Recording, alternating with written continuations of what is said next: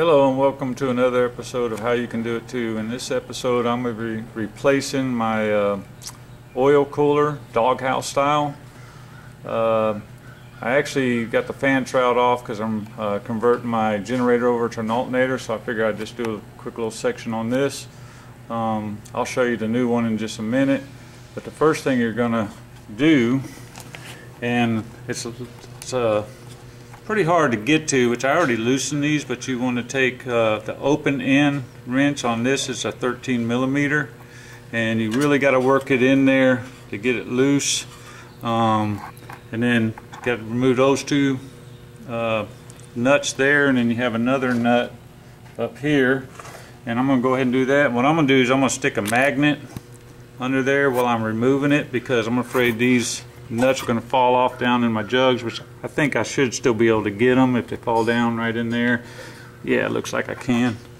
I'm going to go ahead and do that, and then we'll go on to the next step. Okay, I got the nuts off, and I'm not going to lie to you, it was a little bit of a bear. I had to work an open end 13 in there and kind of work them. And as you can see, you don't have very much room. And I had one that was cut in half. Couldn't find it right now because it seemed like a ½ inch fit on it too. But I was able to get a 13 in there and work it out, so you should be able to too. And again, like I told you, a little magnet. I got this little tool right here, so if my nut drops down in there, I can get it. I noticed it didn't have lock washers on it. I'm going to be checking them, see if I have lock washers. I would feel more comfortable if there was lock washers on a nut. And I'm probably going to put them on there because I don't see where it's going to affect anything. And I got this nut off right there. That also was a 13. So let's see, it should come straight up and out. And it did. And yes, I did have an oil leak. You can see it all over the side right there. So I'm kind of glad I'm doing this. I'm going to go ahead and set this down, and we'll move on to the next step. Alright, I just wanted to show you this, which I'll come to it when I'm installing it, but recommend getting what's called a Hoover bit. And I'll put the definition in the link, and probably a link to a part, I don't know. But just want to show you that this one did not have it on there when I installed it, but this is going to go right on there, and it's supposed to help and transfer the air through the cooler, oil cooler fins. So, but I just wanted to kind of show you that mine was missing, and apparently most of them are. And we'll be right back. Oh, I guess what I'm going to do now is I'm going to go ahead and take the oil cooler off of this bracket here. Don't know what it's called, but that's what I'm getting ready to do. And it's 2 screws here, or 2 nuts, and another nut here, 3 nuts. Okay, I just want to let you know that was a 10 millimeter socket. I got the 3 nuts off. Pull it apart. And one seal's here. Looks like I may have had a little leak there. Alright, well, I'm going to go on to the next step. What I'm going to do is probably clean this all out with a degreaser, and I'm going to be reusing it, make sure it's all clean before I start putting it all back together. Alright, well, I'll be right back. Okay, I sprayed out the ports. I'm calling them ports. Cleaned them out with I sprayed them out with carburetor cleaner.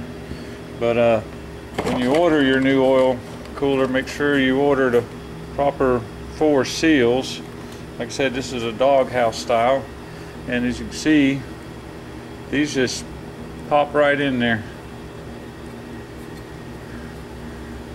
And then I need to get out my camera stand, but now what I'm going to do is I'm going to slide this adapter, or whatever you want to call it, I don't know the name of it, but back onto it, and then put the nuts on it, and then I'll be right back.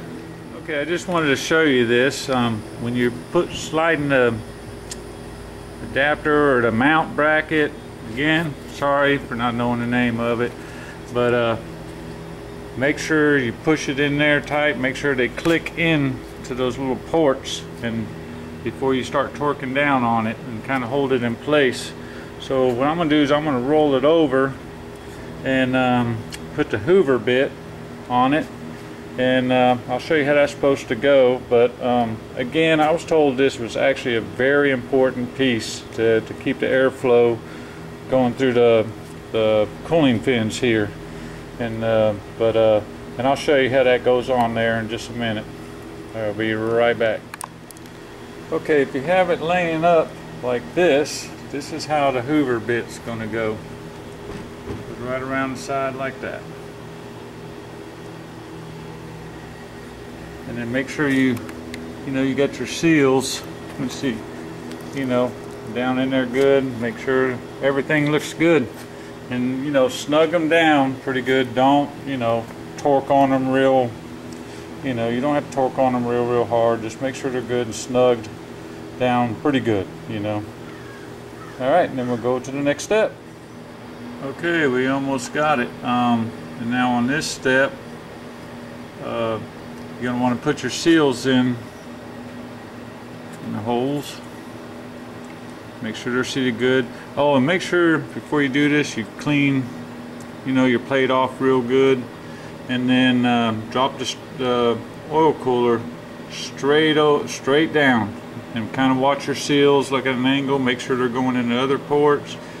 And then let me go ahead and grab that. I'll be right back. Okay, I'm going to see if I can do this one-handed. Kind of hard with the... Okay. Yep. And there again, you're going to make sure you got them in the seated good into the ports. And I'll tell you right now, it looks like it's going to be a little tricky, but get your nuts started. And then there again, snug them up real good. I'm probably going to put some lock washers on the bottom because mine didn't have lock washers. And then kind of go, in look at me, I'm doing the camera at an angle, but kind of alternate in between bolts. Don't snug one down first. Just kind of work them all and snug them in a sequence, so you're not torquing down on one side and squishing it, but try to tighten them all down equally. Just keep going from each nut to the next nut until you get it pretty tight, and that's pretty much it. I hope this has helped you, and I also have another video. A buddy of mine, Jared, is going to be coming over, and he's actually going to put some insulation around outside so the air would be forced just through the cooling tins. I'm kind of anxious to see what that's going to look like and do, but I'll try to make another video of that. So that's pretty much it. I hope this was helpful. This is the way I did it. I'm not a mechanic, and I'm pretty sure I got this doing it right, but if anybody sees something I'm doing wrong, by all means give me a comment, shoot a comment in there. But other than that, have a good day.